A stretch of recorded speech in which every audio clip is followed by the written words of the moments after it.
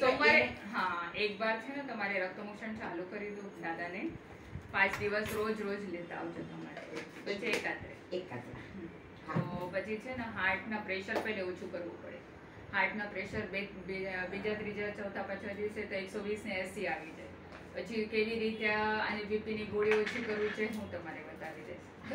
ને ખાવા પીવામાં થોડાક ધ્યાન રાખજો. ડુંગળી લસણ કઈ ખાઓ છો તમે? આલુ લસણ દૂધીનો ઉપયોગ દૂધીના જ્યુસ વધારે સવાર સાંજે 2 ટાઈમ આપી દો. તમે લેતા જાઓ આને દેજો દઈને. હા આ બહુ જરૂરી છે.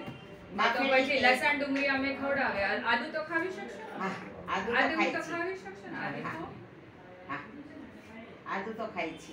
આ વધારે તમે ખાવી લો. હા આને છે ને 3 ભાગ કરી લેવાનો તમારી જેવું છે. હા 3 કરી નાખું. આજ એક ભાગ, કાલે એક ભાગ ને પરમ દિને એક ભાગ. ને પછી પરમ દિવસે આપણે રક્તમોક્ષણ ચાલુ કરી દેવાનું. બસ. એની કેટલી 2 સિલિંગ લો બે જોઈ છે કેમ કે હાઈટ વધારે છે. બે મારી 2 તમારી લઈ લે. અને આના સાથે જો આવે છે આ લઈ લે છે. ને છે ને ટેન્શન વગેરે કઈ લ્યો છો દાદા તમે?